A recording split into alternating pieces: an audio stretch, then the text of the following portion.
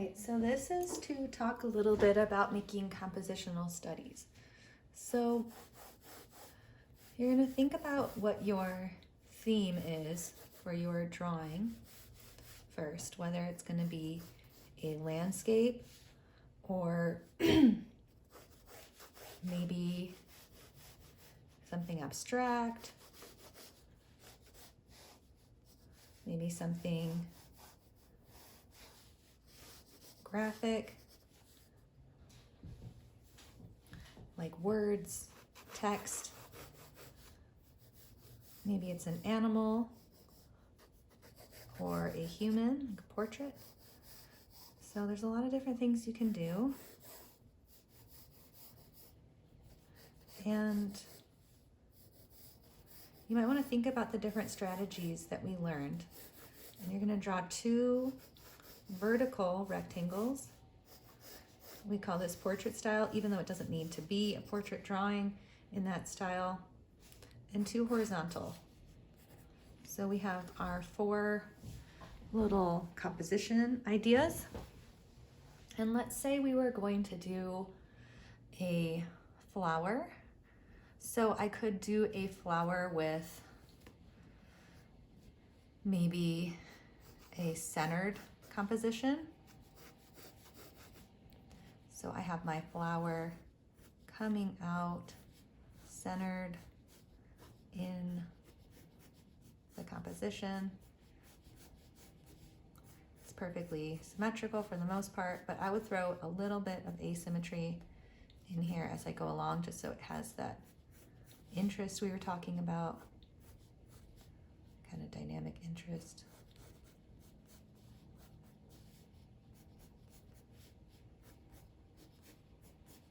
So that's one option for me.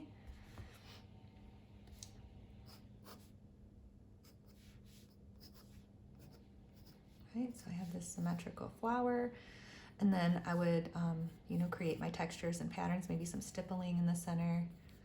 I can start thinking about that. Maybe it's in a shape. Well, I might keep this completely symmetrical, actually. So that's one idea for a flower. Maybe I want to do kind of an L-shaped composition. And maybe I want to do like a flower vase.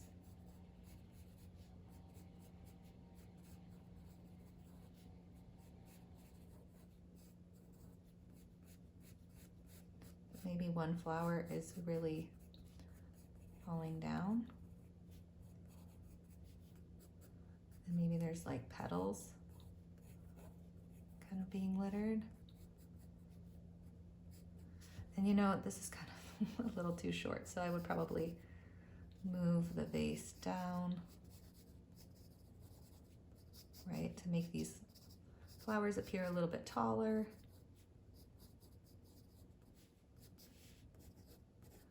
And you have that sort of composition. That could be interesting. And you can see I'm not making it perfect. I'm just kind of getting an idea down of what I might want to do.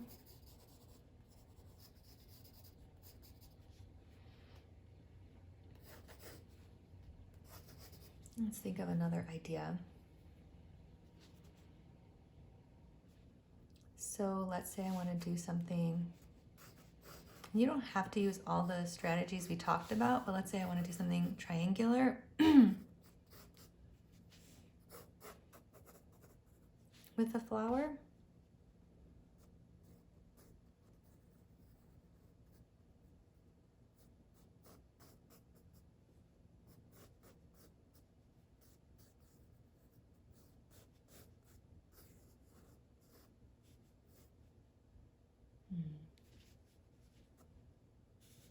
Maybe I want the flower kind of creeping and interweaving.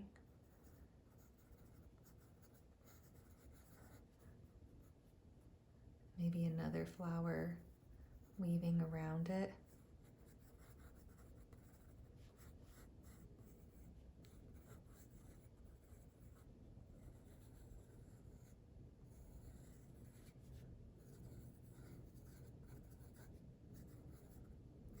kind of interrupt that to make sure there's some flowers there. Create some textures. Could be kind of interesting.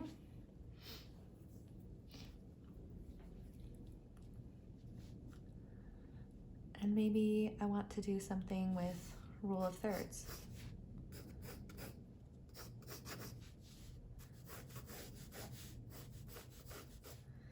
Maybe I want to do a field. There's all sorts of different flowers and grasses coming up. But there's one big, beautiful flower right in that vertice. The rest is little flowers, fancy ones down here.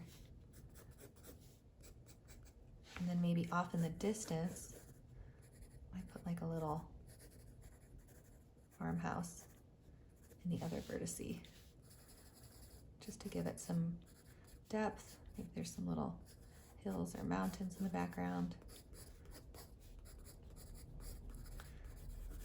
So here are some ideas, and then you would start to think about, you know, how do you want them to play out?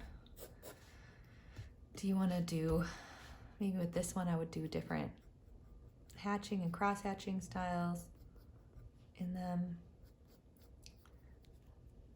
Maybe I want the background to be mostly dark around, and in the center there'd be more light. Maybe these leaves would be kind of filling in towards the center. That could be interesting. Here I might decide, you know, where is it dark, where is it light? Start thinking about, like, is there areas that want to be filled in? Maybe this kind of shape around it wants to be filled in. Do I want to have pops of color? Maybe this one I want to emphasize it with a pop of color, or this one, maybe these are all colorful, and this one, since it's dying, is not, or vice versa. I can make it really surprising where all the ones that are alive and thriving or still fresh are dark, and this one that's losing its petals is not. So lots of different ideas here. You know, am I going to create like the back of the table that this is on and have a horizon line, or no?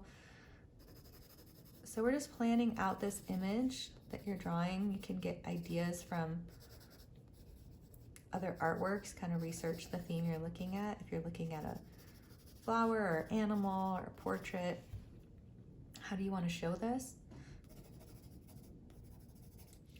And you can use the pen and ink slideshow to go through and see what kind of images. But that's what a composition study is.